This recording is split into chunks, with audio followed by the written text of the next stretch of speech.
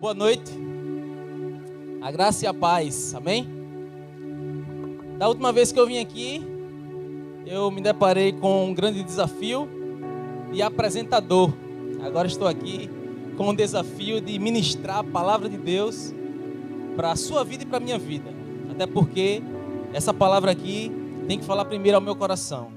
E já tem falado, Deus já tem falado ao meu coração e eu tenho meditado nessa palavra durante essa semana.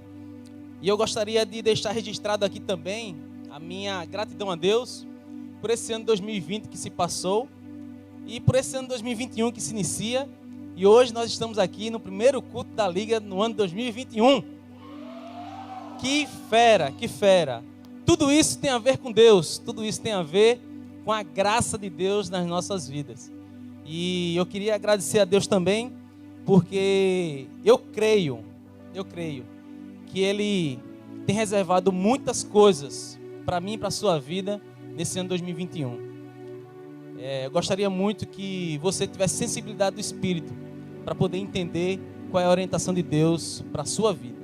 Então, eu gostaria de ler um texto da palavra aqui, um texto deste livro. Obrigado, servo bom e fiel.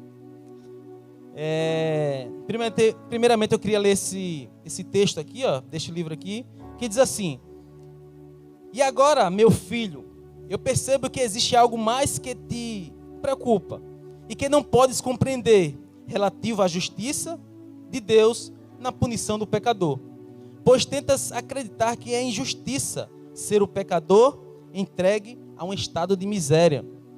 Agora, meu filho, eis que te explicarei isto. Pois eis que, de algumas vezes, o Senhor Deus, expulsando nossos primeiros pais do jardim do Éden, para cultivarem a terra de que foram tomados, sim, Ele expulsou o homem e colocou ao oriente do jardim do Éden querubins e uma espada flamejante, que voltava para todos os lados, a fim de guardar a árvore da vida. Ora, vemos que um homem se tornara como Deus, conhecendo o bem e o mal, e para que não entendesse a mão e tomasse também da árvore da vida e do conhecimento, e viesse a viver eternamente, o Senhor Deus colocou querubins e a espada flamejante para que ele não comesse do fruto. E assim, vemos que foi concedido um tempo ao homem para que se arrependesse. Sim, um período probatório, um tempo para arrepender-se e servir a Deus. Amém? Amém? Amém não.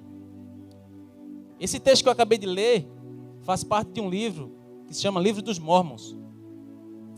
E a gente precisa ter cuidado em muitas coisas que a gente ouve. Ouviram quantas palavras bonitas, quantas coisas se falam a respeito de Deus, de Jesus, algumas passagens referentes ao início de tudo, de Adão e Eva, do pecado, muitas coisas bonitas. Mas é isso que acontece em muitas igrejas por aí, por fora. Muita gente enchendo linguiça, muita gente falando coisas bonitas, que muitas vezes ainda são retiradas da palavra de Deus, mas não é a palavra de Deus. A palavra de Deus, olha só o que o texto diz, de 2 Timóteo 2, versículo 15. Toda escritura é inspirada por Deus. Toda escritura é inspirada por Deus e útil para ensino, para repreensão, para correção, para educação na justiça, a fim de que o homem de Deus seja perfeito e perfeitamente habilitado para toda boa obra. A palavra de Deus não contém a verdade.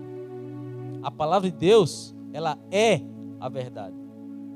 E eu fiz questão de fazer isso, não se preocupem, é realmente uma baboseira que tem ali. Mas eu queria focar com vocês em 3 verdades que eu julgo ser importante, na realidade de extrema importância, para a gente entender e refutar e solidificar a nossa fé. E uma delas é justamente nessa questão das Escrituras, entender a suficiência das Escrituras, e que nós precisamos entender também que precisamos ser como Timóteo fala,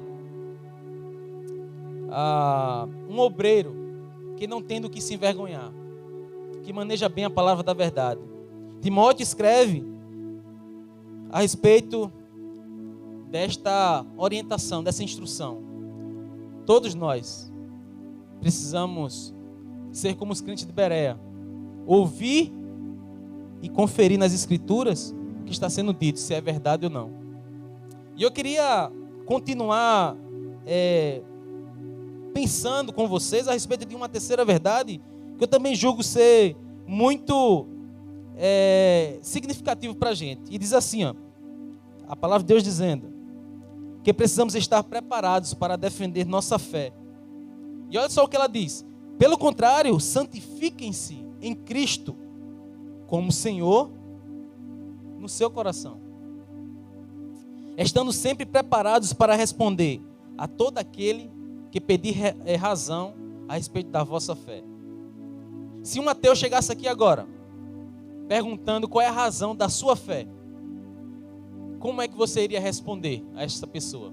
Pensando, entendendo, crendo que essa pessoa precisa ouvir a respeito desta palavra que transforma vidas, que transformou a sua e a minha vida.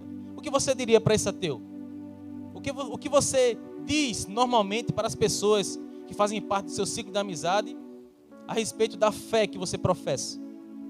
O que é que você tem dito? Como é que você tem defendido? Você tem crido e praticado de fato o que a palavra de Deus te afirma? E por isso que eu queria faço questão de enfatizar a importância desse púlpito aqui.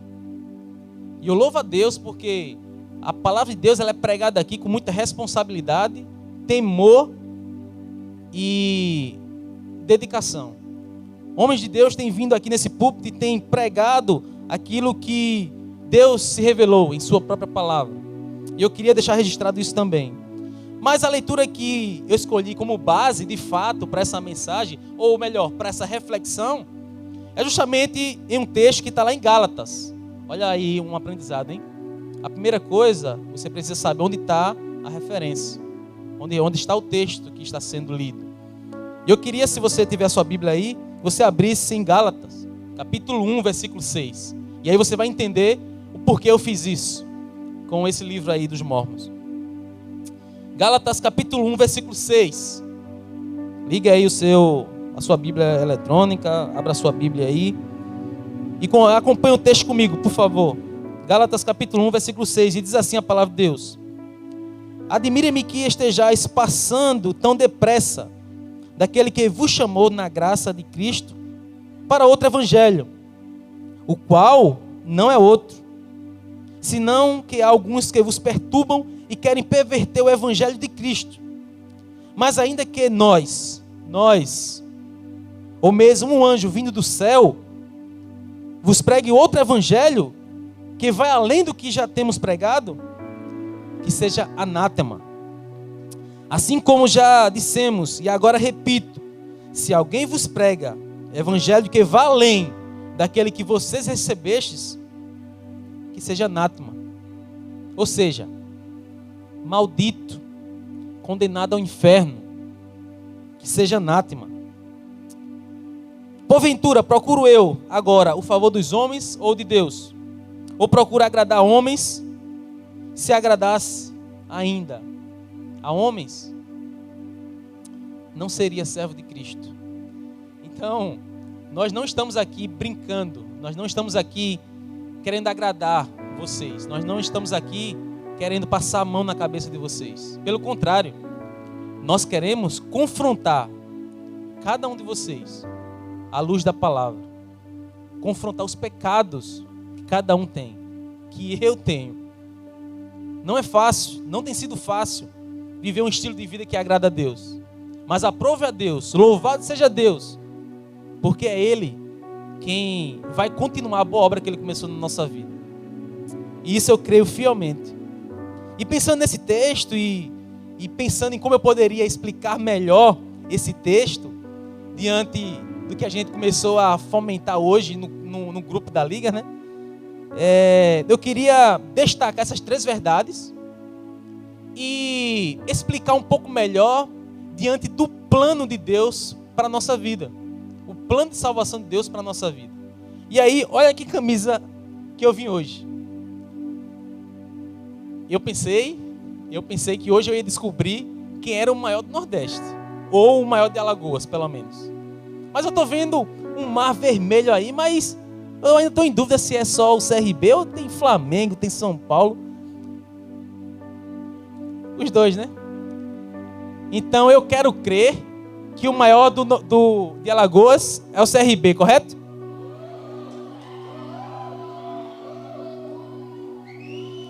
Para ser justo, eu quero crer também que o CSA não fica para trás, né?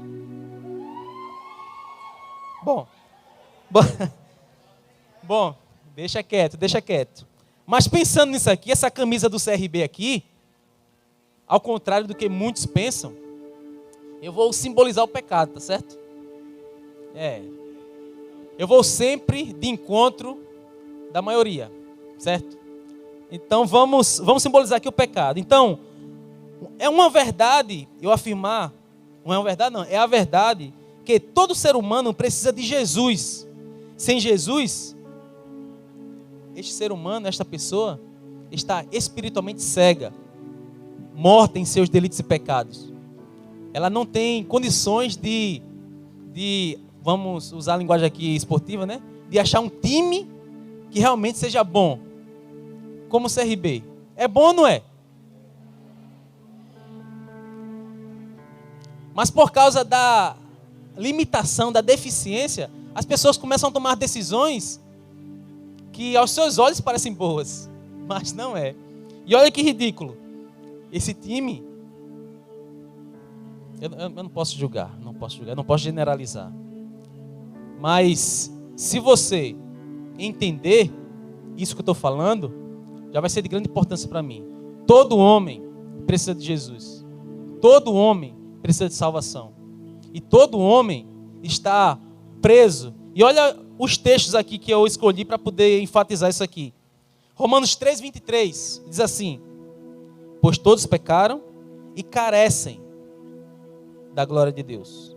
Romanos 6:23, porque o salário do pecado é a morte, mas o dom gratuito de Deus é a vida eterna em Cristo Jesus.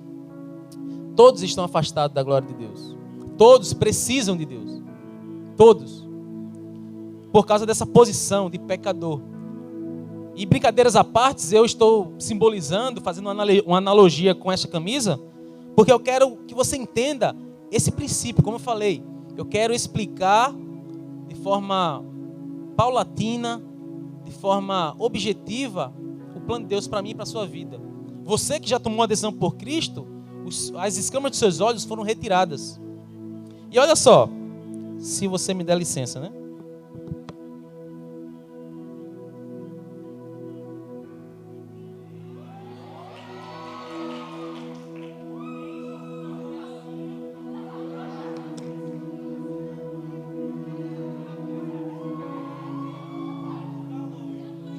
Fica melhor?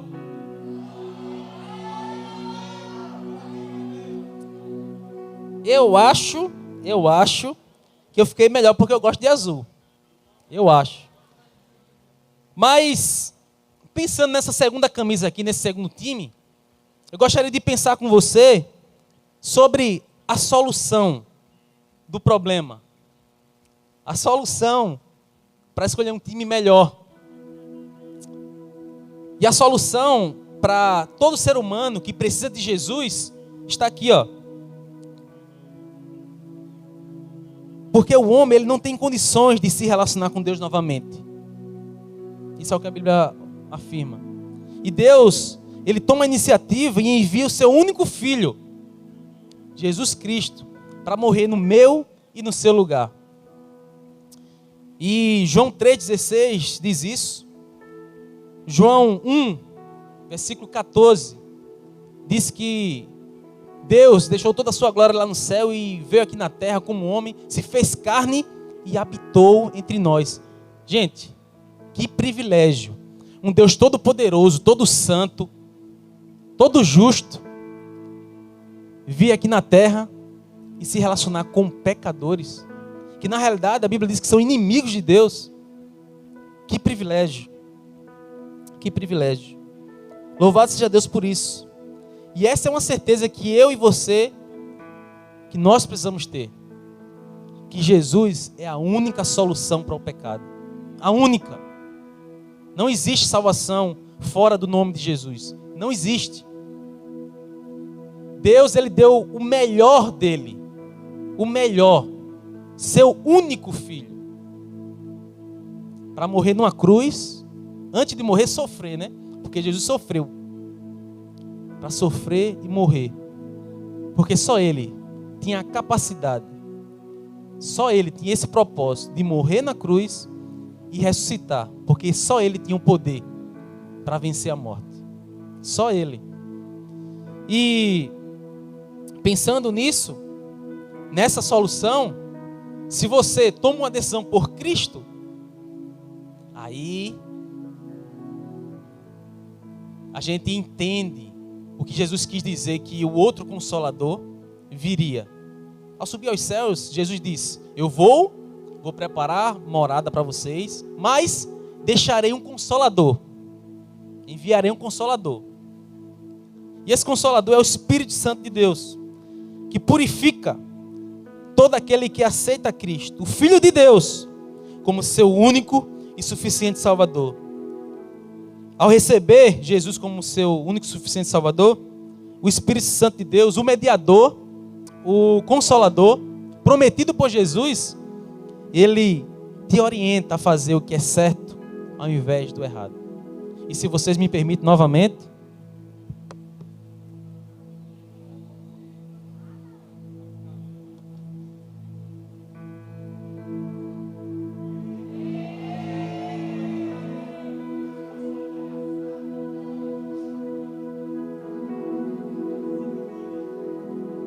eu tentei achar outra camisa, confesso. Mas, simbolizando aqui o Espírito Santo que purifica, porque eu pensei assim, bota fogo. Logo, fogo. João Batista disse que Jesus viria alguém que iria batizar com o Espírito Santo e com fogo. Então eu tentei fazer uma associação aqui, mas não liguem para isso. Só entendam aquilo que eu estou tentando explicar de acordo com as 3 verdades que nós começamos a falar aqui. Então Ele nos purifica. O Espírito Santo de Deus, Ele nos purifica. É Ele quem nos convence do pecado, da justiça e do juízo. É o Espírito Santo de Deus que nos orienta a fazer aquilo que agrada a Deus. O Espírito Santo de Deus é uma pessoa, tem emoções. E eu queria que você entendesse porque aquela sujeira que havia dentro do nosso coração, que nos afastava de Deus, o Espírito Santo de Deus, Ele nos purifica. Deus, Ele é fiel. Deus, Ele é fiel. E, sem mais delongas também, né? Tirando esta camisa aqui, que eu creio... Tem algum torcedor do Botafogo aqui, não? Pois é. Mas eu creio... É difícil. Agora, se eu perguntar se tem torcedores do Flamengo... Tem poucos. Mas pensem de que ao aceitar Cristo como seu Salvador, o Espírito Santo de Deus, Ele habita dentro de você. Você é templo do Espírito Santo. E se vocês me permitem novamente,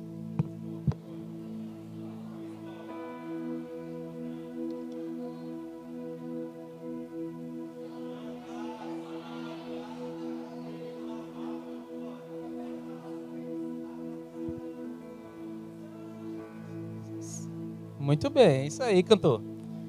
E representando aqui com essa camisa, um texto muito conhecido também, e eu queria enfatizar, porque é um processo que nós entramos ao aceitar Cristo como nosso Senhor e Salvador. O Espírito Santo, ao habitar dentro de nós, ele nos orienta a fazer o certo, correto? Logo, nós precisamos nos atentar para as instruções do Espírito Santo de Deus, para as instruções que a própria Bíblia nos orienta, e uma delas é ser santo. Ser santo. Rival do Corinthians, que eu sou corintiano, hein? Sede santos, como eu sou santo. É o que a Bíblia diz. Agora temos uma nova vida em Cristo. Somos novas criaturas.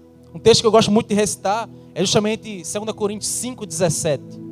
Se alguém está em Cristo, nova criatura é. As coisas velhas já passaram, eis que tudo se fez novo. Que fera, que esplêndido, que massa. E ao ser santo, eu passo a ser separado. Separado para uso e exclusivo de Deus. Deus, ele me separa para transformar a minha vida, transformar o meu caráter, para me usar. E eu preciso responder, e eu preciso entender o que compete a mim. Enquanto vivemos aqui nesta terra, teremos que crescer na graça e no conhecimento do Senhor. E não existe outra forma a não ser pela palavra de Deus. Não existe. Ver pregações no YouTube, ver devocional na internet, ver influenciadores nas redes sociais falando sobre a palavra. Confesso que ajuda, mas o que transforma a sua vida é a palavra de Deus. O que faz com que a gente cresça na graça e no conhecimento do Senhor é meditar na palavra dele dia e noite. E louvado seja Deus por isso. Então, eu identifiquei o problema, o pecado, eu entendi a solução, eu respondi a essa solução e entendo que o Espírito Santo de Deus, ele habita dentro de mim. Eu tenho que tomar algumas iniciativas, assumir uma postura para ser como Deus, porque é a orientação bíblica. E por fim, se vocês me permitem,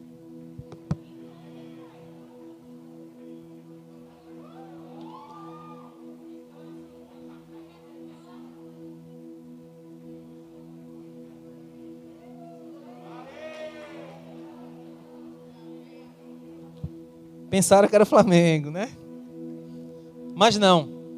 Por fim, simbolizando essa camisa aqui, que falaram lá no grupo que 87 é do Flamengo. Não é. Não é. Só deixando claro, não é. Tá?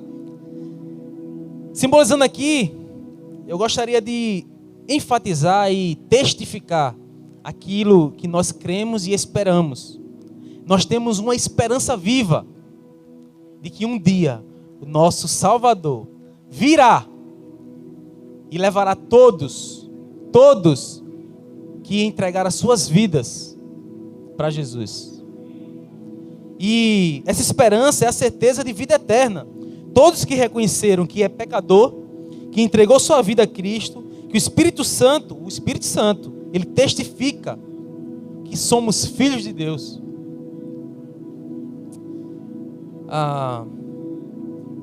E continuaremos a perseverar em um estilo de vida que agrada a Deus. Essa pessoa tem a certeza de que, não esse leão aqui, que é forte, confesso, mas o leão da tribo de Judá, que vive e reina para todo sempre, está aqui neste lugar e virá,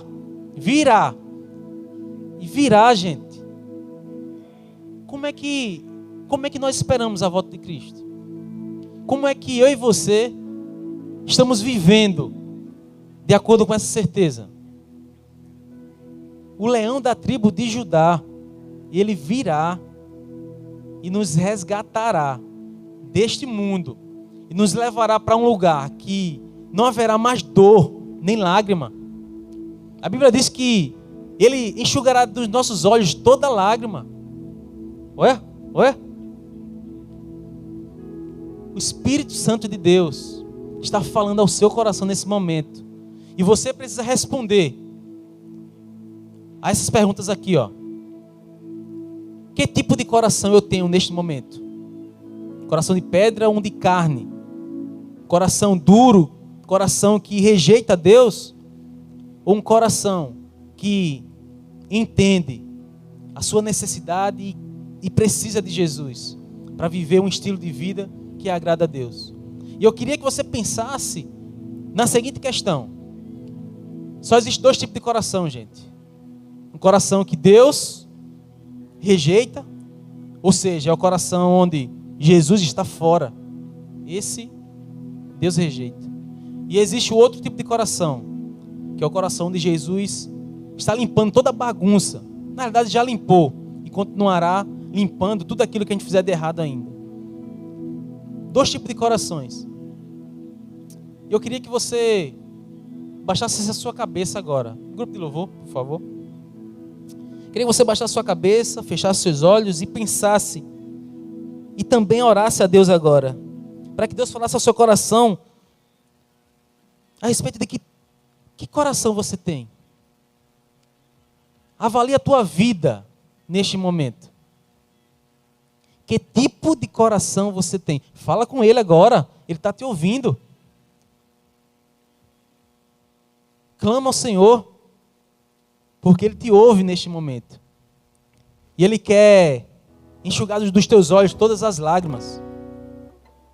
E começando aqui na terra, Ele quer te ajudar, Ele quer te transformar, Ele quer te orientar para viver uma vida que agrada a Ele. Pensa, avalia a tua vida. Como foi esse ano 2020 para você? Você tem priorizado a palavra de Deus ou tem gastado mais tempo com outras coisas? Internet, celular, computador, jogos, amigos, brinquedo. Queria que você avaliasse a sua vida nesse momento.